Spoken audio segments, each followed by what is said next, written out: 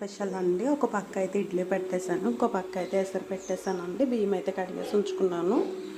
Chicken curry prepare చేయడానికి onions అన్ని cut చేసేసుకున్నానండి. Idli ఎసరు అయిన తర్వాత చట్నీ ప్రిపేర్ చేసేసి అదే బాండీలో చికెన్ కర్రీ ప్రిపేర్ చేస్తాను. ఉడికిపోయిందండి. రైస్ వేసేసాను. పల్లీ చట్నీ చేస్తున్నానండి.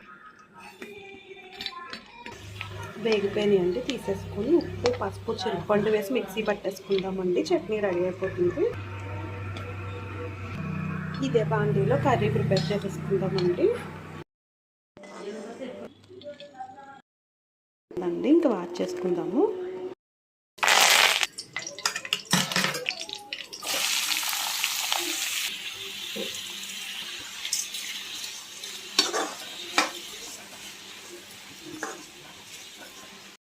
ఒక పక్క చారు పెట్టానండి.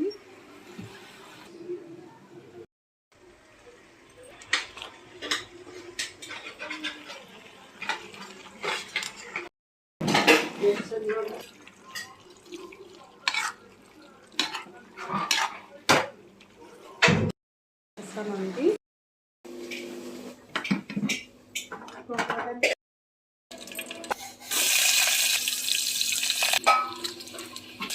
చారుకి తాలింపు పెట్టేసానండి. పక్కన చికెన్ కర్రీ అన్నీ అయిపోయినాయండి. పెరుగు పాలు పెట్టేసుకుంటాం.